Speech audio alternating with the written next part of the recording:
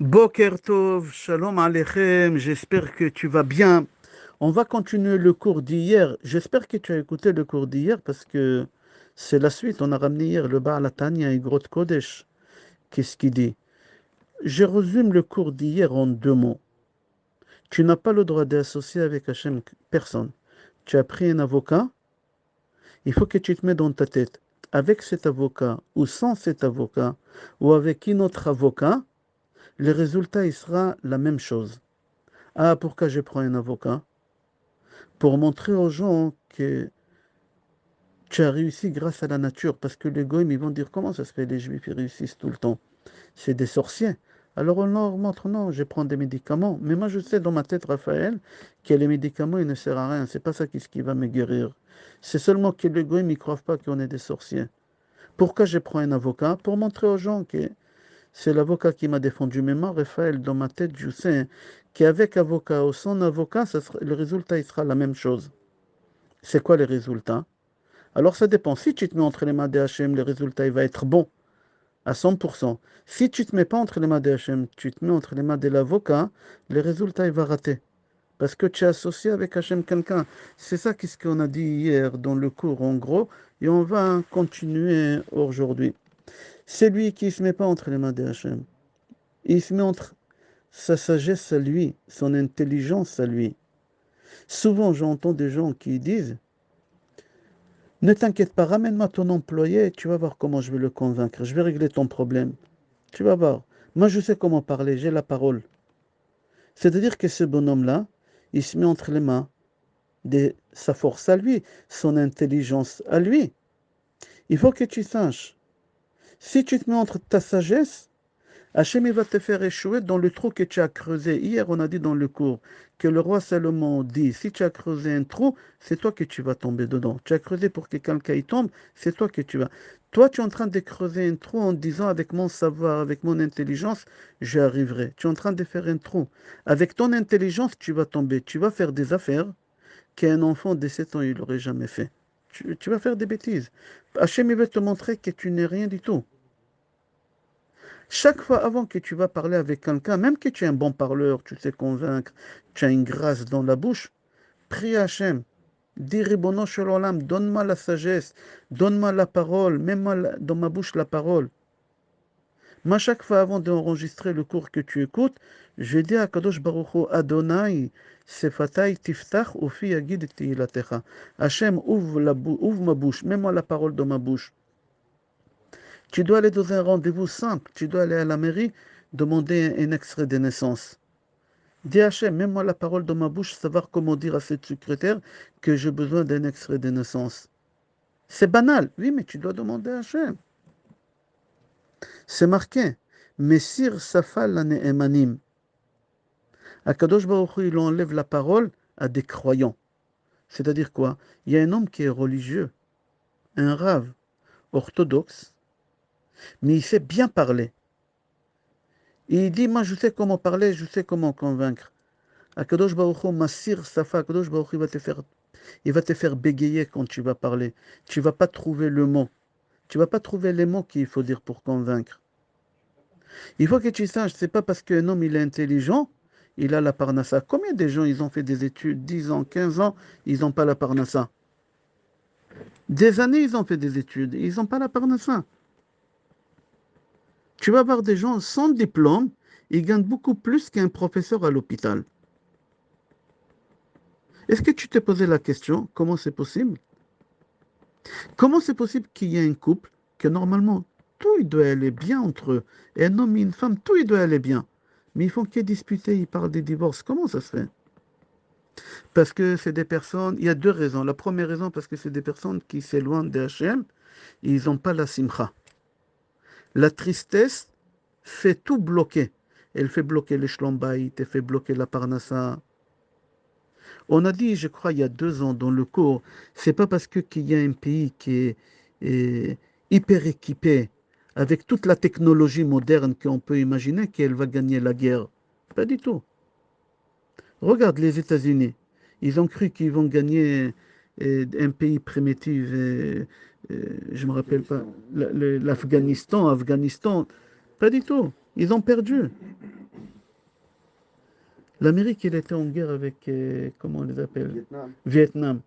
Les Vietnam, ils ont sorti contre les Américains avec des vieux armes qui ne marchaient pas, avec des pierres. Ils ont gagné. L'Amérique, elle a fui le Vietnam. Ils ont perdu là-bas. Soi-disant numéro 1 puissance mondiale.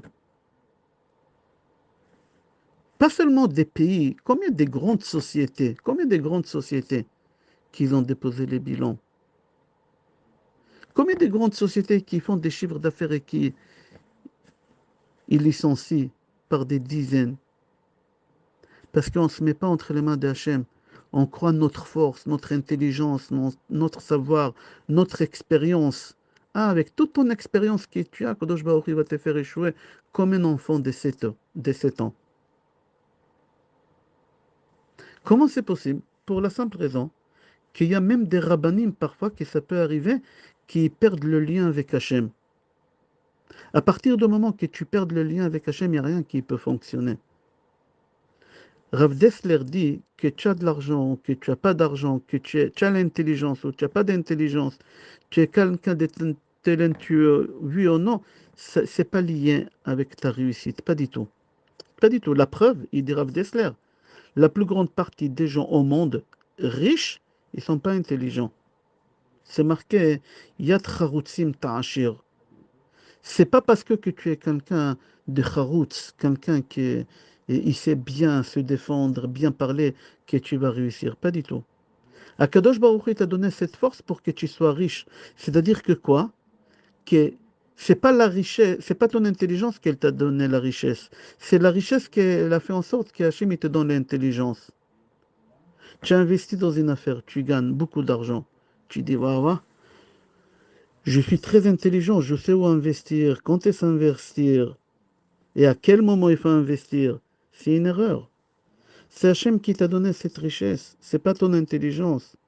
C'est pas ton savoir. Hachem, il a décidé que tu seras riche, alors Hachem, il t'a donné l'intelligence à savoir où et quand et investir. C'est marqué à Kfirim Shoagim Lataref. C'est quoi Kfir? C'est un lionceau. C'est un lion jeune. Il est très très fort. Mais toujours il crie, ils ont faim, il rugit, ils ont faim. Pourquoi? Parce qu'un lion, il se met entre la force à lui. Il dit, moi j'ai la force, je peux attraper un petit mouton, je lui... Ah, Kadosh Baruch Hu, il dit comme ça, alors toujours il a faim. Toujours il a... un chien aussi, toujours il a faim. Pourquoi? Parce qu'un chien, il croit qu'il va s'en sortir, il va se débrouiller avec la force qu'il a. Un homme aussi qui croit parce qu'il est intelligent, il a des diplômes, il est intelligent, il va réussir. Pas du tout. Pas du tout. Hachem il va lui prouver que c'est faux. Remarque, tous les animaux faibles, ils ont la nourriture avec abondance. La fourmi, c'est un des animaux le plus faibles qu'il y a. C'est un insecte le plus faible qu'il y a, la moustique. Ils ont à manger avec une abondance. Tous les animaux faibles, ils ont à manger avec abondance. Pourquoi? Parce qu'ils savent qu'ils ne peuvent pas se défendre, alors ils se mettent entre les mains de Hachem. Regarde dans Perek Shira, le coq. Qu'est-ce qu'il dit Hachem dans le chant? Noten lechem lechol basar. Kadosh Baruch Hu, tu donnes à manger à tous les êtres vivants. Toi aussi que tu m'écoutes, tant que tu ne vas pas comprendre que la parnassa, c'est Hachem qui la donne, et c'est pas ton savoir, c'est pas ton emplacement de magasin, c'est pas tes diplômes, tu vas pas réussir dans tes affaires. Chas v'shalom. À partir du moment que tu vas comprendre que tout il vient de Hachem, et pas à travers ton diplôme, et pas à travers ton patron, tu auras la bracha. Regarde, il y a une halakha dans Even HaEzer, dans Shulchan Aruch. Si tu as un magasin, tu as le droit de faire des promotions. Tu as le droit de faire des promotions pour attirer des clients. Ça s'appelle faire des efforts. Mais tu n'as pas le droit de baisser les prix pour éliminer un concurrent. C'est absurde. Pourquoi? Parce que tu montres des muscles, je suis fort. Tu montres à l'autre, toi tu me déranges, moi je vais t'éliminer. Tu vas fermer ton magasin, toi, tu vas voir. Dans 2 mois, tu n'es plus là. Tu montres par là que la parnassa, ça ne vient pas d'Hachem. Tu montres par là, voilà, il y a quelqu'un qui me vole. Quelqu'un vient de s'installer à côté de moi. Quelqu'un est en train de voler mes clients. Ça, c'est un sourd. Hachem, à la fin, il va te faire tomber. Ça va prendre du temps, mais ça arrivera un jour. Hachem, il a fixé chaque chose. Il a donné un temps à chaque chose. Si tu vois un homme riche qui ne mérite pas d'être riche, il est en train d'éliminer tous les concurrents. Il perd de l'argent pour éliminer les concurrents, pour à la fin être... Et tu vois que ça marche. Ne t'inquiète pas. Kadosh Baruch Hu, il est patient. Kadosh Baruch Hu, il a du temps pour chaque chose. Hachem, il est patient. Hachem, il sait quand elle se rend pauvre la personne et quand elle se rend riche la personne. Hachem, il est patient. Il faut que tu saches que chaque chose qui t'arrive, c'est Hachem qui te donne et pour ton bien. Si tu arrives à te mettre ça dans la tête, Hachem, il va te donner encore beaucoup plus. Chez les goyim, dans les grosses boîtes, ils n'enseignent pas ces choses-là. Ils disent pour réussir, il faut marcher sur la tête des autres, il faut éliminer les autres. Chez nous, les juifs, c'est assourd. C'est marqué dans la Gemara. Ne pousse pas un ivre. Quelqu'un qui est un ivrogne, il ne faut pas le pousser pour qu'il tombe. Attends, il va tomber tout seul. Il y a des gens qui sont ivres de l'argent, des honneurs. T'inquiète pas, ils vont tomber. Ne les pousse pas, ça va arriver. Il faut que tu saches que l'épreuve de la richesse, il est beaucoup plus difficile de l'épreuve de la pauvreté. Hachem, il examine et il teste les riches beaucoup plus que ce qu'il teste les pauvres. Nous, on croit qu'il est riche, il est riche, il est heureux, il a tout ce qu'il faut. Pas du tout. Pas du tout. C'est pas parce que tu es riche, ça veut dire que tu es un homme heureux. La plus grande partie des riches au monde, ils sont pas heureux. Ils sont encore moins heureux que les pauvres. Les pauvres, ils sont beaucoup plus heureux que les riches. Ils ont une qualité de vie beaucoup mieux que les riches. C'est vérifié. Avec peu, tu peux être l'homme le plus heureux. Avec beaucoup, ça va t'enlever l'envie de vivre, ça va t'enlever... La jalousie, elle va te ranger à l'intérieur. Parce que tu veux encore, et encore, et encore. Un riche qui ne se met pas entre les mains d'Hachem, Hachem, il ne lui prend pas la richesse tout de suite. Non. Ou parfois, Bichlal, Hachem, il ne prend pas la richesse de ce bonhomme-là.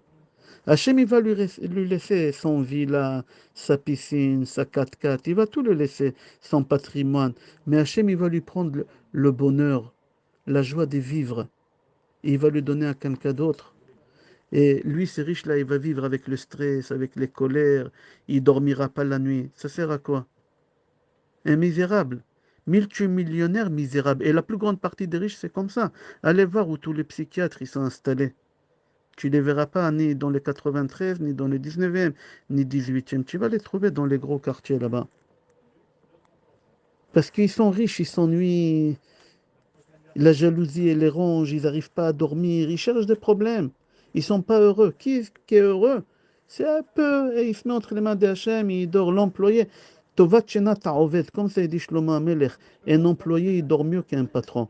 Un patron, il s'inquiète, il ne sait pas qu'est-ce qui va se passer. Hachem, il vérifie chaque fois quand quelqu'un il a une réussite. Tu attribues ta réussite à qui? Est-ce qu'à toi, à ton sagesse, à ton intelligence, à ton associé? Tu dis, moi j'ai un associé très intelligent. Tu es assis avec des copains et tu es en train de raconter tes exploits, tes réussites. Et Hachem, il est à côté. Hachem, toujours, il est à côté de toi pour écouter. Tu attribues à qui ta réussite? Fais attention. N'y dis pas, j'ai construit mon affaire avec mes 10 doigts, avec mon savoir, avec mon intelligence. Ouh là là, si Hachem, il t'écoute, ça énerve Hachem. Hachem, il va tout te prendre. Il faut que tu saches que la langue, c'est la plume du cœur. Qu'est-ce que tu penses? Ta langue, elle dit. Parfois, il y a des gens qui disent, ou tu sais, j'ai dit quelque chose, j'ai pas pensé, c'est sorti comme ça. Chez nous, les Juifs, il n'y a pas ça. Chez nous, les Juifs, c'est pas, c'est marqué nafshi yatsa bedabero.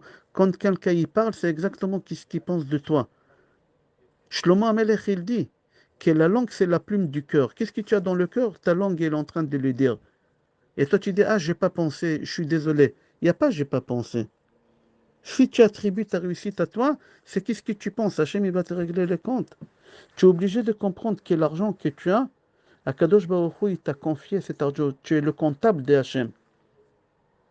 Tu es le comptable de Hachem. Et tu es obligé, autant que comptable, de gérer l'argent de Hachem honnêtement et l'investir où il faut, comme il faut. Un comptable, il n'a pas le droit de garder de l'argent d'un client chez lui. Après, le client, il va tout prendre de chez lui, il va changer de comptable. Hachem, la même chose. Hachem, il t'a donné de l'argent. Il t'a donné une richesse. Premièrement, avec cette richesse-là, profite. Avec ta femme, avec tes enfants, on ne t'a pas interdit. C'est ton argent, il n'y a pas de problème.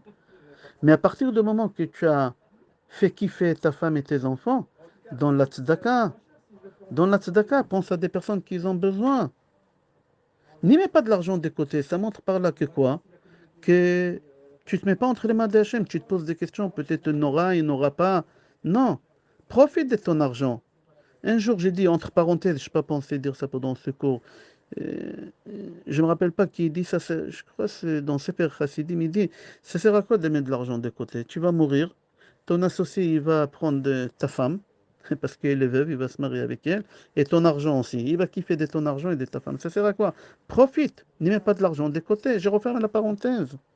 Akadosh Baruch Hu, il t'a donné de l'argent pour que tu profites avec toute ta famille.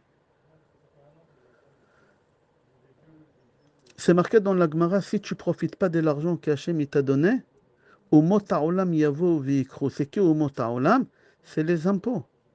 C'est dommage. Profite de l'argent. Tu attends quoi? Que les impôts ils viennent, ils prennent tout? Hachem, il veut que tu dépenses, que tu t'éclates. Hachem, ça lui fait plaisir, tu es son fils. Hachem, il veut que tu saches que l'argent que tu as, c'est pas à toi. Hachem, il t'a donné pour que tu profites de cet argent, que tu distribues à la tzedaka. Pas que tu mets de côté, de côté. Hachem, il va t'envoyer les impôts, ils vont le prendre. Tu es le comptable de Hachem et tu dois gérer l'argent comme Hachem il veut, comme le patron il veut. Qu'est-ce que le patron il attend de toi? Que tu t'éclates avec cet argent. Tu profites, mais tu fais profiter aussi les autres, les pauvres, les rabbanim, les yeshivot, les synagogues. C'est un examen pas facile. C'est un examen pas facile. Sinon, Kadosh Baruch Hu va te faire perdre tout. Comment? Je connais des gens. Ils avaient une affaire extraordinaire. Ils gagnaient bien. Un jour, il y a une mouche qui est rentrée dans la tête de tout vendre et ouvrir une autre affaire. Ils ont tout perdu là-bas. Hachem, il peut en 2 secondes prendre tout l'argent, ne t'inquiète pas. Sois un bon comptable de Hachem, Hachem, il va te donner encore. Il y a un juif qui est rentré chez l'Admor Mivijnitz.